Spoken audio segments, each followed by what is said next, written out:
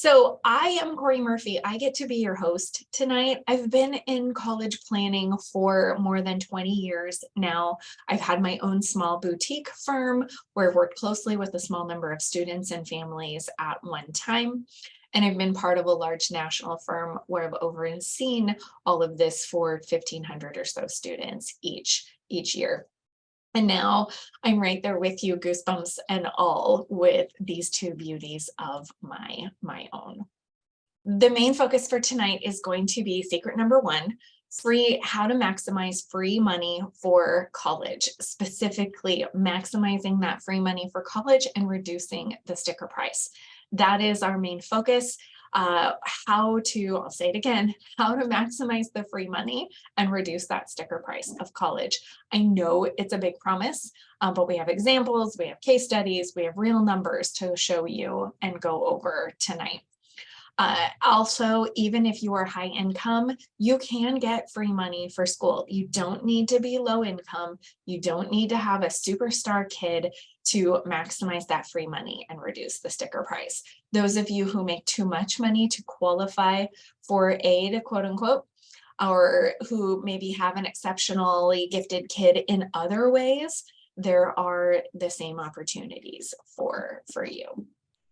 So let's get started here on our secret number one, how to maximize their free money and reduce that sticker price of college without searching for private scholarships. That is not what we're going to go over tonight. The reason is we all need that free money, and we think private scholarships, but those private scholarships only make up about 1% of all the money that's out there. And so that surprises families a lot. The bulk of the money is actually in the college's own coffers, and they're giving it to students that need it, quote unquote, by their math, and we'll look at that, but mostly they're giving it to the students that they want to give it to. And so now you're all thinking, well, who do they want to give it to? And they want to give it to students that will help that college achieve their goals. So students who are in the upper 10, 25% of the class at the university help the university achieve its goals. Those goals might be to increase the average test score, to increase the average GPA. They need and want students that they are confident are going to enroll, do well while they're there, graduate on time, and reflect back positively on that university.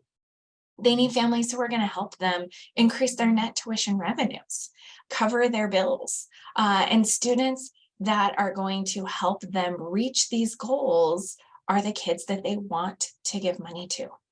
So what does that mean? That means that picking the right colleges is secret number one. Secret number one is all about college selection. Not only the colleges that our kids are selecting, but academically, where do our kids ranked compared to the other applicants at that college, compared to the other students enrolled in that college? Financially, where do we rank as parents compared to the other families at that college? Let me show you what I mean. Here it is. This is a graphic of what's happening at your colleges. This is the secret to maximizing your free money and reducing your sticker price. And knowing how a college is going to look at us when they make their admissions and scholarship decisions tells us beforehand if this is a college that's going to maximize that free money and help us reduce that sticker price. Okay, let me break it down and explain. First of all, it starts with us parents over here on the left side of the graph. Okay, when we submit our financial aid forms, is it going to show high income and assets, a high EFC, or is it going to show lower income and assets, a lower EFC? If it is high, can it be any lower? Okay, where we land financially on this side of the grid is step number one. So the EFC is step number one. Step number two, when our kids submit their admissions applications, where will they land along the bottom here? Will they look like an exceptionally gifted student at that college that they're applying to? Or are they gifted in other ways and they're going to land over here compared to the other students that are applying there. If your kids are like mine, I have one of each. So then when colleges are making their admissions decisions and their scholarship decisions, they're putting us all on some sort of graph that looks like this. And if your kiddos are on this side of the graph over here, and we have a high EFC, we need to be ready to pay full price. When our kids are on this side of the graph and we have a low EFC, they're still going to get admitted. Getting admitted isn't the issue. These kids getting the financial aid is the issue.